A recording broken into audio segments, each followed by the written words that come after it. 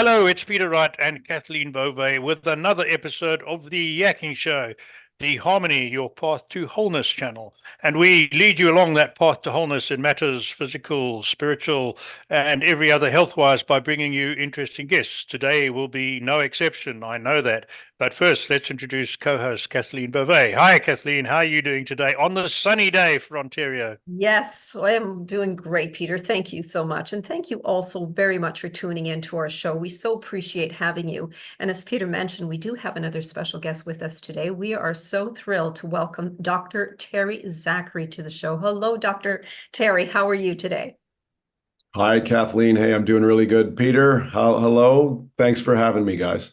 Now, Dr. Terry Zachary, founder of DocZac.com, who has been a chiropractor for the past 10 years, was a professional golfer, author of the book, The Power of Golf, and developer of the Handmaster Plus, which is an all-in-one hand exerciser. And we're going to get right into those details very, very shortly. But first, Terry, can you tell us, why is health and balance of the body, especially posture and stretching, so poorly understood in golf and other sports, as well as the workplace? Well, Kathleen, that's a really good, really good question to start out with because, that is one of the things I think we have. It's one of our basic health principles that I think we've ignored a little bit in our pursuit of our passions. We talk a lot about balance, and as a chiropractor, it doesn't get old to talk to me about the spine. So the spine being the center of our body, we talk a lot about keeping our body on its vertical center. Mm-hmm. When your spine's on its vertical center, that means all your joints are actually working on their vertical center as well, because everything is a result of what our center is. So, with my background in golf, I've spoken to, well, literally probably thousands of golfers about this concept. And it's one of those things that as we play golf, and especially somebody that's a high-level amateur or they're a professional, you're going to hit so many practice shots, so many golf shots during the day. And if I'm a right-handed golfer, I'm going to have my right hand lower on the grip, and then my right shoulder is going to be lower, and I'm going to be making some pretty aggressive swings through the ball all day, every day that I'm practicing or playing. And what that does is it eventually puts your spine into imbalance and creates a lot of imbalance throughout the body. And that's been my experience. And one of my kind of passions in life is to say, hey, we don't want you to quit golf, because it's going to cause imbalance, but we want you to recognize there's this imbalance and then maintain yourself in a balanced position through some modalities and through some approaches in life. And that's what we're really pushed through the times where I was in practice as well as playing professional golf. And it's something that we still have to really keep people aware of, that they're not to this day. And that's a lot of what we do. Interesting. That's triggered something in my mind when you talk about balance. When I did play golf, when I was in the corporate world many, many years ago, my teenage son, who is left-handed, expressed an interest in playing, and he very soon got better than me. And one of the reasons I gave up golf. But anyway, I took him to the golf shop at the club that I was playing at to look for left-handed golf clubs. And the golf pro heard us asking, and he said, "Has your son played at all?" I said, "No, he's just starting." He said, "Look, let him try and play with right-handed clubs." He said, "If he can, he will end up a much better and more powerful driver than if we give him left-handed golf club." And that's sort of stuck in my mind for many years. And what's your opinion on that? Is that correct or not necessarily? Well, yeah, everybody's got an opinion, and I think Sure. everything needs to be tested always. And that's one of the things is that, we make assumptions, right? And Sure. I don't think I would agree with that. I'm not tested on it either. I don't like to speak to things that haven't been tested, but we've got a Canadian tour pro named Mike Weir. I'm sure you guys out east have heard of Mike Weir. And I know that there's a story about Mike Weir writing Jack Nicklaus when he was a youth golfer, junior golfer, and talked about whether he thought somehow Jack Nicklaus got this letter, and Mike asked him whether he thought he was a left-handed, should he change to right? And Jack Nicklaus himself, who knows a thing or two about golf, said, if it's natural to you, that's what you go with. Yeah. Again, not tested, and that's just my Sure. original theory. I've got a young son that's a left-handed golfer here, and he just goes there naturally, and I've got a young son that's a right-handed golfer. And I try to let them go about their natural their natural impressions. I will say the only thing I would ever say about it is if you change to right-handed golfers, you're going to probably have a greater assortment of secondhand clubs to choose from, Yes. or clubs in general to choose from. But And to choose I from, yeah. think we have to, getting back to even what I know the theme of my life is, and I know this show, which I really enjoy, is that it's really getting back and respecting nature. Sure. If you've got more of an advantage when you swing left-handed, people turn in skiing better one way. People Yep. turn in skating and hockey. We're Canadians one way. It's not surprising to me that somebody might hit it left a lot easier than right. And I don't know proof on that, but I think nature should call the shots and see where it Sure. goes. No, I agree. So another one that I wanted to ask you is why is it important to train your 27 grip muscles? And you'll be going into more detail a little later, but why is it important to do that?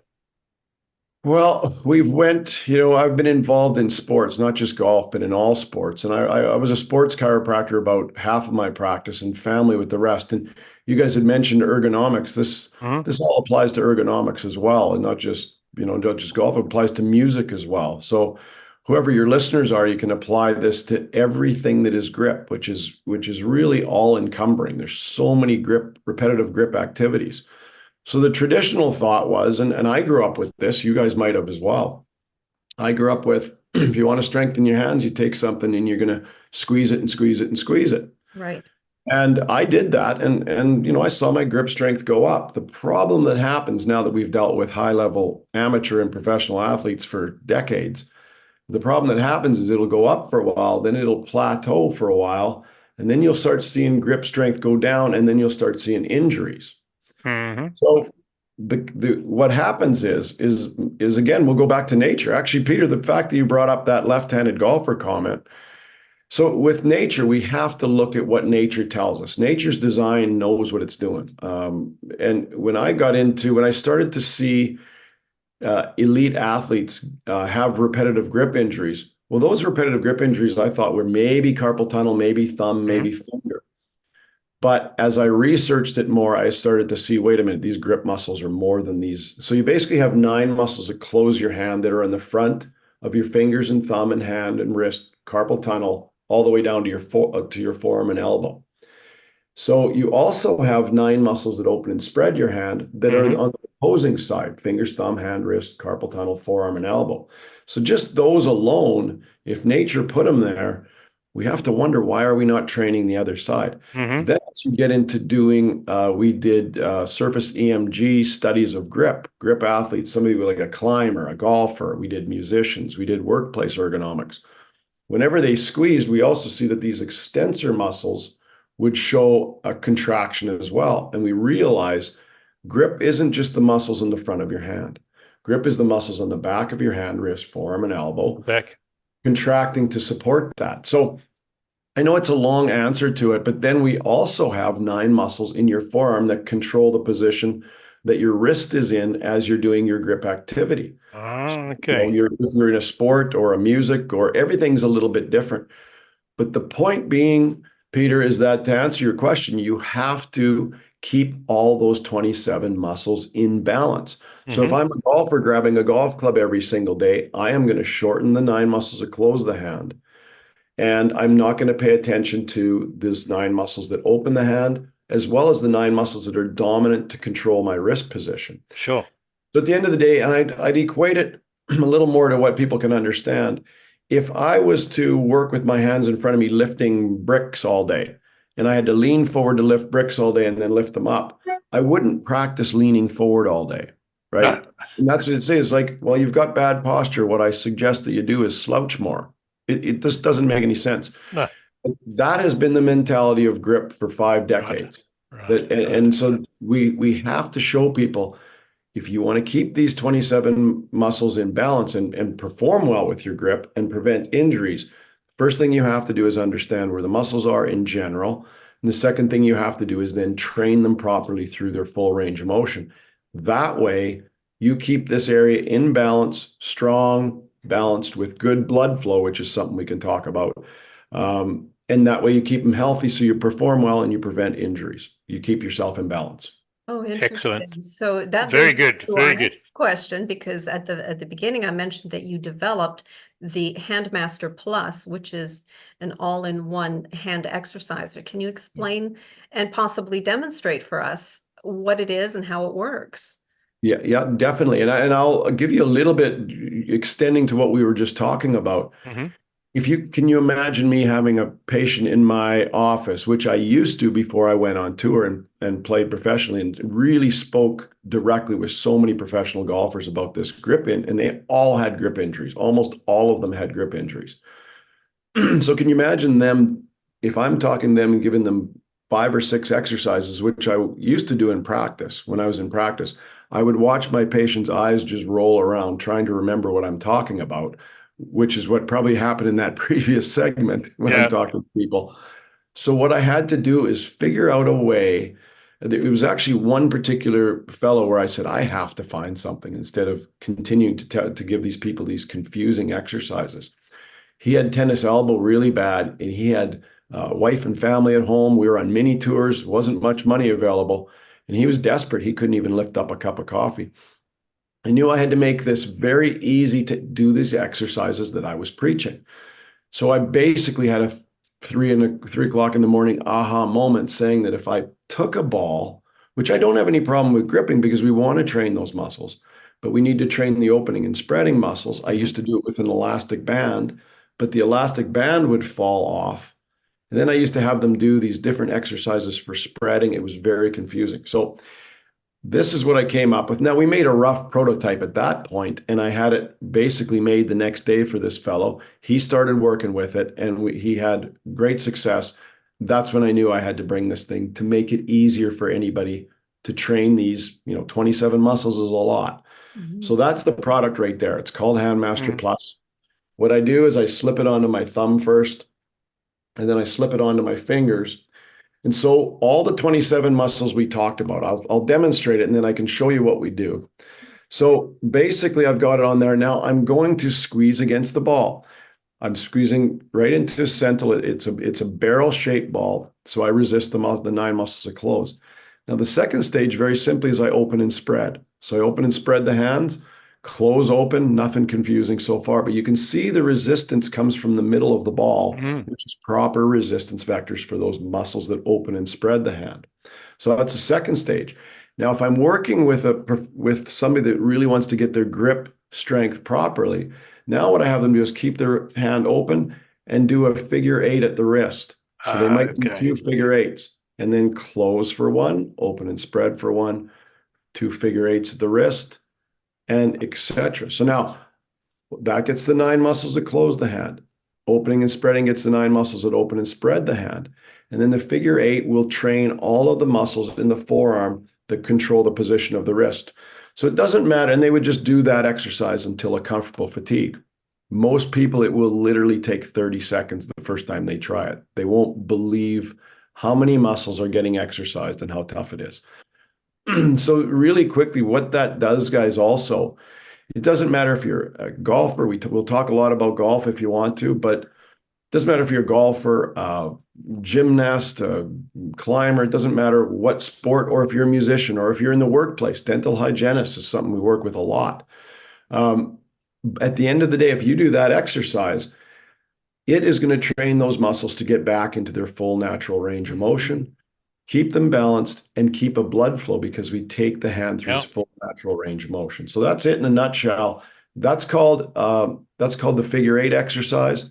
The other exercise we do is just to close, open, and spread, close, open, and spread for people that are trying to keep like hands balanced or carpal tunnel healthy. Those would be our 2 main exercises. Wow, very interesting. Excellent. So, Terry, would that exercise with the Handmaster, would that help things like trigger finger and hand neuropathy? Would that help that at all? Yeah, for sure. And it's a good question, actually. I'll get into a little bit of that.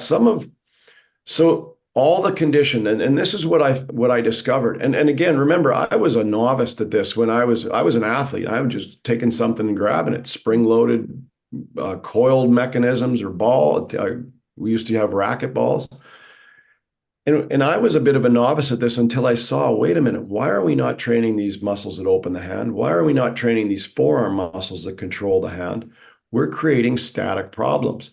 So as I started to see that when we train the hands properly, holy cow, I'm not seeing any more tennis elbow. I'm not seeing any more carpal tunnel syndrome. Like, it's got a lot of applications. So you could almost pick anywhere on the fingers, thumb, hand, wrist, carpal tunnel, forearm, and elbow.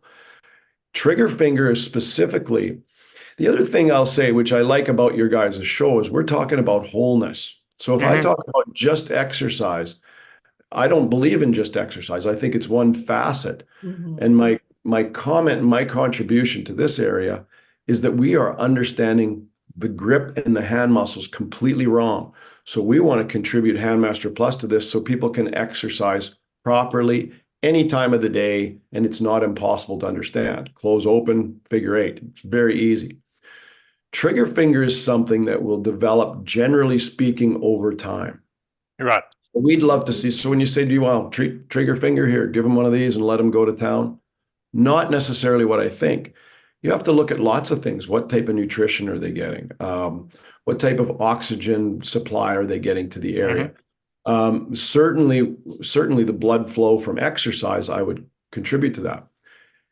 A trigger finger may have, you may have developed chronic nodules or chronic scarring, and that may have to be addressed. Sometimes I'm not a huge fan of surgery, but sometimes the nodules are so far down the road, you have to get surgery. All right. But the message that I would say on that is that by doing shows like yourselves, we get to talk to a message about, keep your hands healthy all the time. Keep your grip healthy. We all use our hands for something. Sure. There's so many benefits of having peripheral blood flow. We could talk about lymph drainage. Lymph drainage is something we've got into in the last probably 5 years of hand exercise. Where now, if I'm getting peripheral blood flow to my hands and, getting venous drainage and increasing blood flow, we're getting more oxygen out to these tissues. We're getting more lymph drainage away. There's a number of benefits. For the trigger finger, at high risk trigger finger person would be somebody that grips a lot. But I would tell them, watch inflammatory nutrients like sugars and processed foods. I would tell them to watch that. And I would tell them to make sure they're getting blood flow and creating muscle balance and creating healthy tissues by regularly exercising the hands. Okay. I have another question. When I'm laying on my back in the middle of the night, I will often wake up and I can't feel my hands. My hands and arms are completely numb. I mean, it takes a while to get the circulation and to get the blood flowing again. And it's not like I'm all pretzeled up or anything. It's just, would something like that kind of exercise help with increasing the blood flow? No, that's a good question. I would say, and again, any type of exercise, throughout your body. Like, we're a big fan of, obviously we're focused on the hands because we see a big problem with the imbalance of hand muscles and the approach people take to exercising it. There's not a lot of knowledge, which would surprises everybody when we talk about it. So in general, when I am going through that, when I have it's a healthy lifestyle. If I take this, like myself, I will take this every day. I have it in my office. We have them throughout the house and in our car and in our office. I'll take this and just go through it. It takes a minute. I know that I'm getting peripheral blood flow. I know I'm keeping my grip strong because I'm still playing sports. I'm still playing hockey and golf. I want to keep healthy. So that over time is also going to help. There's lots of things in sleeping. You may be compressing a nerve during sleeping, even if you are in a pretty good position. There's lots of routes of the nerves. But in general, for your whole body health, yes, you want to have strong peripheral blood flow, and you do that through making sure you hand exercise on a regular basis. How many people do that? I will tell you, a very tiny percentage of the population even care about these hands as far as their exercise. On that comment as well, Kathleen, is that your listeners can Google hand exercise. They can Google hand strength and life longevity and look to see there's about a half a dozen major studies that are published studies that show that the more hand strength you have, the longer it's directly correlated to life longevity. And there's many studies as well with hand exercise just for healthier lifestyles as well. So it's a huge factor. And what I would contribute to that is when I started, it was just about training athletes. I didn't have any thoughts of anything else. Then as I started to go, I said, wow, look what happens when people get peripheral blood flow. Look what happens. We saw what happened when they got their muscles back in balance. We saw the carpal tunnel stuff go away. We saw tennis elbow. Trigger fingers, by the way, you asked me that question earlier, Peter. We have seen people just use our product for an earlier stage trigger finger. We've had great success with it. Wow. But again, that's something, it has to go to and they have to go to their healthcare professional and see exactly their situation. Sure. But it's always going to be a benefit to exercise any area through its full natural range of motion. But hands specifically are going to give you peripheral blood flow, and there's peripheral blood flow, peripheral lymph drainage, and that's a benefit to your health. Excellent. Kathleen, sorry, I'm going to jump in quick. I've got another one that I was triggered. But I think the answer to your problem, Kathleen, is keep the cats out of the bedroom, because when you have a cat on top of you, it's going to compress your nerves, right? So, anyway, sorry, I couldn't resist that one. Terry, I have an affliction called Raynaud's syndrome, where the ends of my fingers, when it gets cold, will get really painful. And my mother had it. Of course, it never worried me when I lived in Africa, but in a Canadian winter, even with winter gloves on, when I'm outside for a little while, I feel it. Would extra hand exercises help with that, do you think? Yeah, again, I don't want to oversimplify Raynaud's, and that's like a peripheral neuropathy situation. And then there's lots of theories on that. I would say the lifestyle of full range of motion, a hand exercise, and the one that I showed you is a medium one. That's more what we train people. It's more of a wellness or a training, early stage training. We've also got a firmer one, but we also have a lighter one. And I'm not saying that it's not about hand strength, but it's about stimulating your brain. So your brain might say, okay, Peter's not really using these hands a lot and these hand muscles a lot. And there's lots of stuff going on in your hands that we could talk about anatomically, but your inner brain saying, no, Peter doesn't do much of this every day. So we've got to digest food. We've got to balance hormones. We have a lot to do. I'm not going to pay attention to that. As you do hand exercise, your body intuitively starts to open up more blood flow, more lymph drainage. So definitely it's a good habit. If you have Raynaud's, you want to stimulate the body in its wisdom to stimulate better blood flow and more efficient lymph drainage, etc. Right. Thank you. Right, Kathleen, sorry, back to you now. Okay. Tell us about the 3-minute stretch, which is a program that you've been working on for almost over a decade? Yeah, probably more than a decade now, for sure. Okay. So yeah, the 3-minute stretch, it's almost an extension of what we're talking about, guys. So in practice, we tried to get all of the patients to stretch.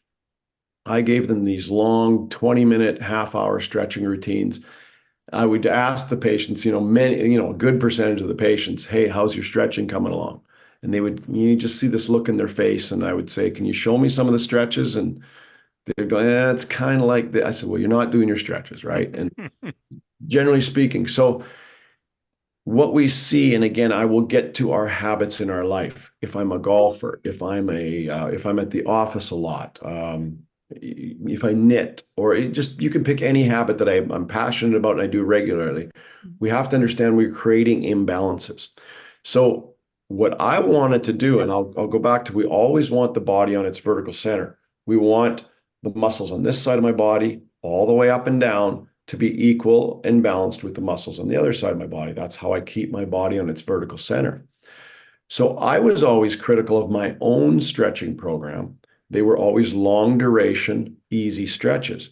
Now there's lots of studies that have come up, and over the last 10 years, I've paid really close attention to this because I did it.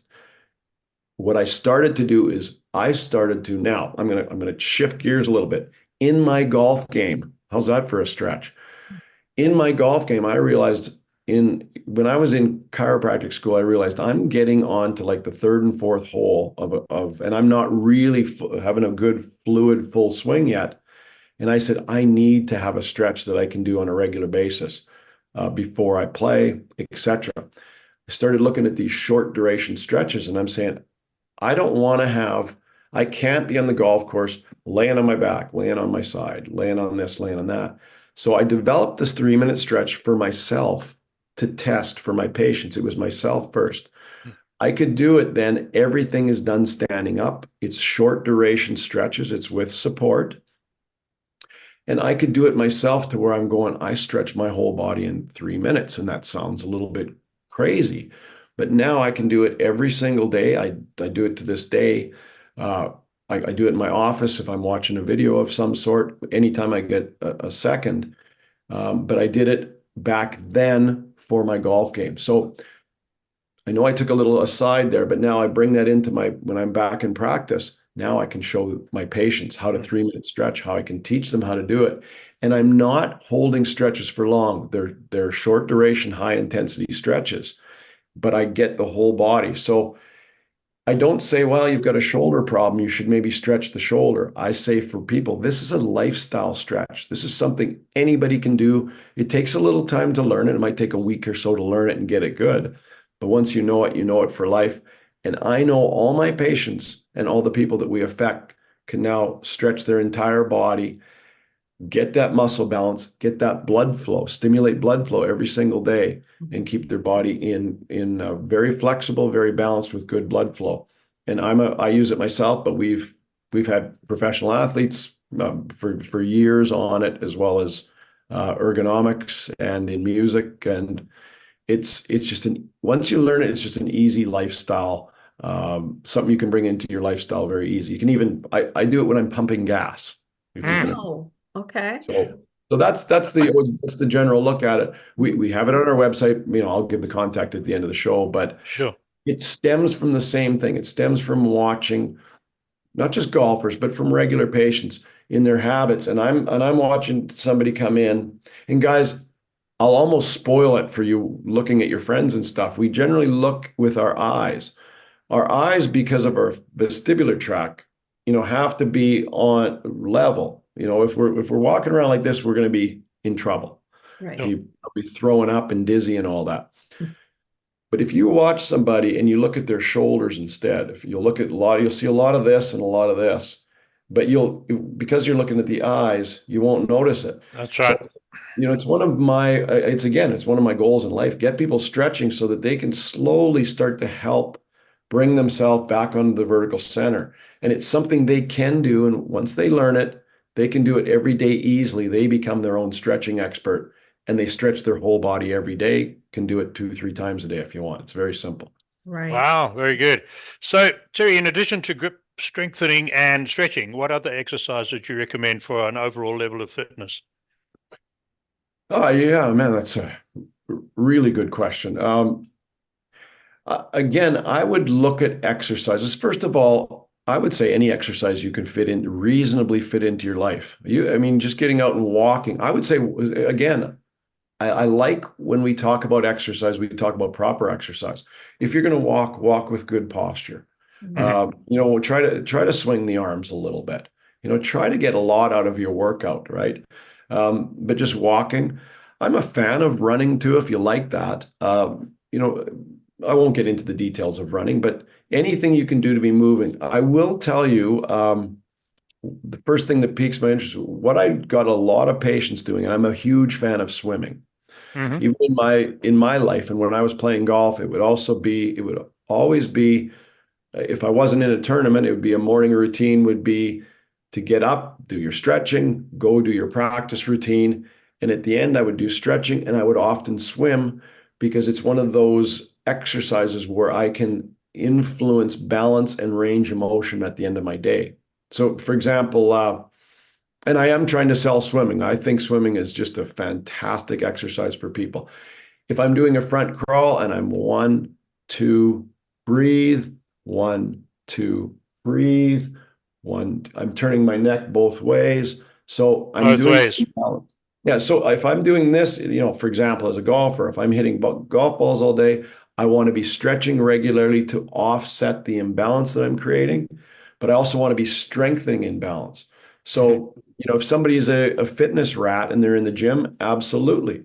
Having some regular routines to re-strengthen, and as long as you're doing it in balance, you're always looking to stretch your body so you maintain balance, and then exercise your body with some type of strength training to stabilize that balance. Right. And so stretching brings balance. The exercise, like a swimming, is a good exercise, or if you're a gym rat, keeping your body in balance and strong that's what you're looking for. Just to keep that frame on its vertical center. Yeah, good.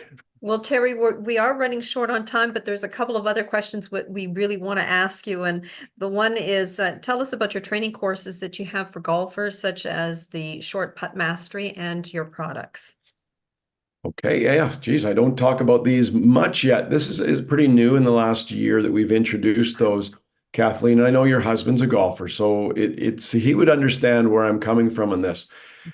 What we do with short putt mastery, in my time of playing golf, and I was very competitive, mostly when I evaluate things in hindsight, because I really studied scoring, and one of the things I see overlooked, and it's funny, I just look for these nooks and crannies where I think there's weakness. Lots of people train the golf swing. Lots of people train short game in general. But where I see a lot of people get frustrated with this game that I love, that I wish everybody was involved with, is on the short putting. So what happens in short putting eventually is that I've got 2 or 3 feet, and that outcome is so close to me that I have a hard time committing to the process of making a putting stroke. And often what happens is people are in the middle of their putting stroke and they're looking to see, have I made it yet? And they're very nervous over these short putts, and it often takes them out of the game. So we develop short putt mastery. It analyzes every part of a short putt. There's a lot of science about how the ball goes in the hole. You don't have to hit a perfect putt to make a putt. You just have to make a good putt. So it teaches step by step how to go along mentally and also physically with your putting stroke, and looking for reasons why we get nervous over short putts and why we miss short putts. And most of it has to do with the planning of the putt and just the psychology of making a simple stroke. So, and would this help anybody with the yips? It's all about the yips. It's about yips and nervousness. And what we're going to do eventually with that, Kathleen, I can tell you do have the husband in golf, because if you know about the yips, don't say that a lot around the house, please, because that word doesn't help. No. But it's certainly to get at the root of what causes the yips. The yips are so far down the road, and we get you onto some sensible ways of looking at it. We'd like to get young golfers to learn this way, so they never get this far down. The yips are all about misunderstanding of short putting, and really about ignorance. Once you understand the process of short putting, your emotions are really tempered down, and it's just a matter of committing to your process. The other thing we'd say, because this is some people will ask, well, how do you go from health and fitness, all the way over into these golf products? The short putt mastery course, one of the main things one of the main values to that course is it brings people into a present moment. So it gets them to sit, yes, they have to learn a little of the mechanics of putting. I don't know that everybody wants to learn golf, but if for the golfers that do, they can move that ability to stay in the moment, stay present, focus, be committed, be breathing, be really committed to doing what you're in the present moment. They can take that to the rest of their life. Yeah. So it really, if you're I don't know, washing the dishes, cutting the lawn, cut the lawn, like enjoy your time there. Don't be, we can really have an enjoyable life in the present moment. And short putt mastery, even though it looks like, I want to get better at golf, that's what it's for. It's for golfers to score better, but it's really to understand how important it is for golf to stay in the present moment and commit to what you're actually doing, because it is actually very simple to teach. But emotionally, there's so many distractions because that hole's only 2 or 3 feet or 5 feet or 6 feet away. It has, if a golfer would know, it's difficult to train yourself to do that action that you have control of and forget about the outcome. So that's the basis of it. Great. Interesting. And there's parallels in other sports. I used to play polo at one time, and for more years polo cross, which is like lacrosse on horseback. And very often the goals polo you hit with a mallet. And that's an interesting one for your grip, because you've got a 5 or 6 foot shaft with a mallet at the end. You're on a horse standing in your stirrups doing something like 25, 30 miles an hour, trying to hit a little ball the size of a cricket ball. It's an adrenaline rush, let me tell you. But what I was going to say was, just like short putts and golf, which I used to get the yips before I even got on the green. But I played polo cross for more years than I played golf. And the goals you miss, I was always the offensive goal scoring player, are the ones where you're straight in front of the goalpost, and it should be the easiest of the lot. The ones at the acute angle, I generally got, so it's the same thing, because you're not living in the present moment. So that was just an aside. And but I think there's some parallels. So here's a question. I've got to ask you this one. So I've got to tell our audience that in over 300 episodes, Terry is our first guest who's in this Guinness Book of Records. And he's in the Guinness Book of Records for the most holes of golf in a 12-hour period. That sounds like a huge achievement. So tell our audience about that. Yeah, when it happened, I'll be honest with you, I was not, like, people would, then they heard that I did that. I'm from the town of Medicine Hat, Alberta in Canada. So it's a smaller town, but it got some press, and I wanted them to know that I was a good golfer. I like to be known for my good playing. Back in those days, I wasn't even that. It was almost embarrassing, but not, but now as I reflect back on it, I love that moment. And so what happened was, we did this promotion for the golf shop that I worked in, and we had an all-day rate. So we were to promote it. We were going to see how many holes you could play if you just paid one all-day rate. And that was the concept.